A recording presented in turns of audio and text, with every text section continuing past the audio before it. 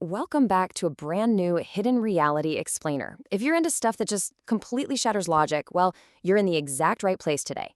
Have you ever experienced something so literally impossible that it made you question the actual fabric of reality? Well, we're going to look at a seemingly normal night back in December of 1989 in Hong Kong. A night that quickly peeled back the layers of our everyday world. And look, this isn't some spooky campfire urban legend. This is a deeply unsettling event that was extensively covered by major credible news outlets right when it happened. So let's just kick things off with a pretty wild question. How exactly can a dead person order takeout? Seriously, think about it, because this viral incident is going to make you seriously question what's actually possible. By the time we get through the evidence, the police reports, and just the sheer chilling sequence of events today, you'll be asking yourself this exact same thing. It's a mystery that genuinely baffled the police, medical examiners, and honestly, the public to this very day. All right, Section 1, the late night order. Let's set the scene in December 1989. Picture this. It's 1989, right? A super stressed, overworked waiter named Zhou is rushing around this loud, packed restaurant. The phone rings. When he finally grabs it, he literally has to plug his other ear just to hear this incredibly frail, whispering voice of an older woman on the line. And I want you to pay attention to the exact repetitive nature of her order: stir-fried rice noodles with extra egg, beef chow fun, and fried rice. Keep those specific, really heavy dishes in mind, because they become absolutely crucial later. Plus, remember, this is the late 80s. No Uber Eats, no GPS tracking. Taking this order meant Joe had to physically run hot food across busy city streets, on foot, right into the dead of night. So Zhu finally gets to this dimly lit apartment building, finds the door, and knocks. Nothing. Just silence. He pounds a bit louder, getting frustrated, and eventually hears heavy locks turning. But the door doesn't swing wide open. It just opens a tiny pitch-black crack. Out of that darkness, a small hand just slips out, holding cash. Zoe grabs the money, and that same frail voice from the phone whispers a really bizarre instruction. Leave the food right there, take the money, and go. Zoe thinks it's kind of weird, right? Like, who doesn't even open the door for the hot food they just ordered? But hey, he's busy. He drops the bags, pockets the cash, and sprints back to work. Moving on to Section 2, the ghost money. Now we're on night 2 where things escalate. So the very next day, Zoe is back on shift. And you guessed it, the exact same thing happens. The phone rings, same frail whispering voice, ordering the exact same heavy dishes to the exact same address. Zoe runs it over, pounds on the door, and again, the dark crack, the tiny hand emerging from nowhere, the quick cash handoff, and that same unsettling command to just leave the food out in the hall. But here's where it gets messy. Later that night, the furious restaurant manager comes storming out of the back office. I mean, he is livid. He looks right at Joe and straight up accuses him of stealing from the cash register. The manager says someone is deliberately taking real cash and swapping it with counterfeit bills to cover their tracks. He actually threatens to fire Joe on the spot, totally convinced this is some inside job, and Joe is playing him for a fool. To prove it, the manager pulls out the fake cash to show him.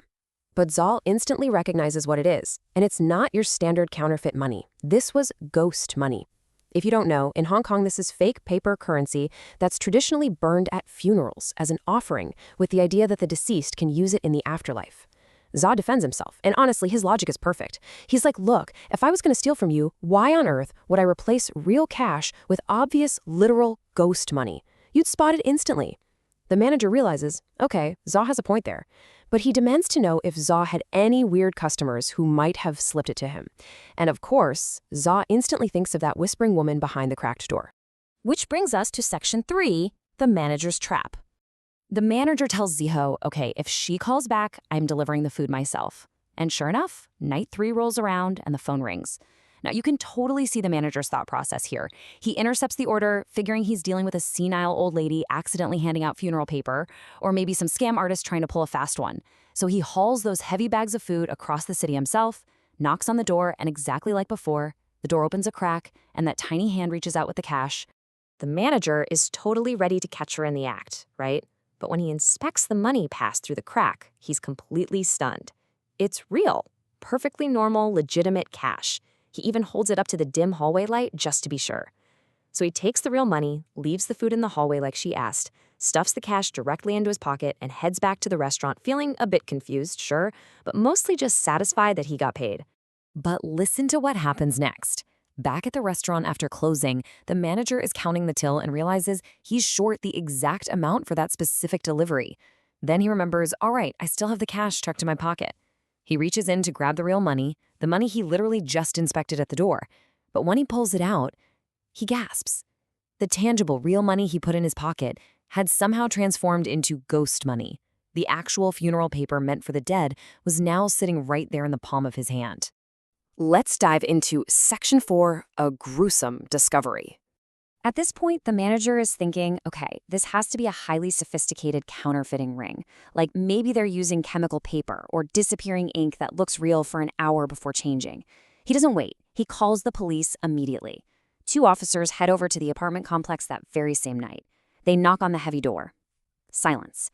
But as they're standing there in the quiet hallway, they catch it. This overpowering, awful, visceral smell of rotting food seeping right under the doorframe. Suspecting something really bad is going down inside, they draw their weapons and just kick the door down. The apartment inside is pitch dark, stagnant, and completely dead quiet. As the officers inch their way into the living room, they don't find a counterfeiting operation. No way. Instead, they find 4 heavily decomposed dead bodies, just strewn across the furniture and the floor, practically melting into the room.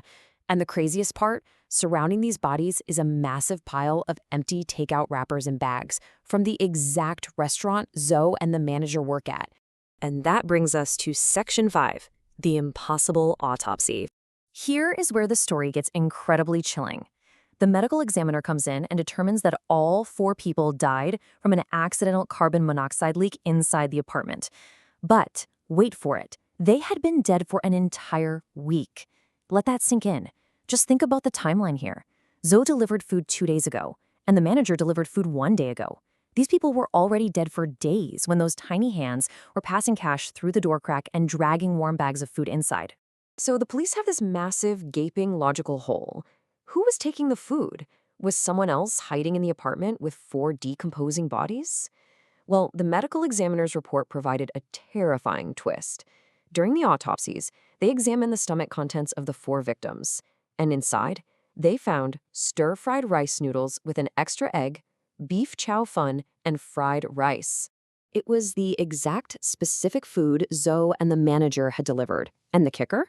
The food inside their stomachs was determined to be only 1 or 2 days old. Guys, that is an absolute biological impossibility. Dead bodies do not, and literally cannot, digest fresh food. The story of the dead eating fresh takeout absolutely exploded across Hong Kong news outlets, forever cementing this terrifying anomaly in history as the ghost takeaway incident. As we wrap up this hidden reality explainer, I really want to leave you with this final thought. Just look at the facts we've uncovered. Decomposing bodies, fresh food in their stomachs, real cash physically turning into funeral ghost money. Was this an impossibly elaborate trick pulled off by some mastermind we never caught? Or did the bored, hungry spirits of 4 people trapped in a carbon monoxide-filled room actually reach out from the afterlife to order some takeout? Seriously, think about that the next time you get a food delivery late at night.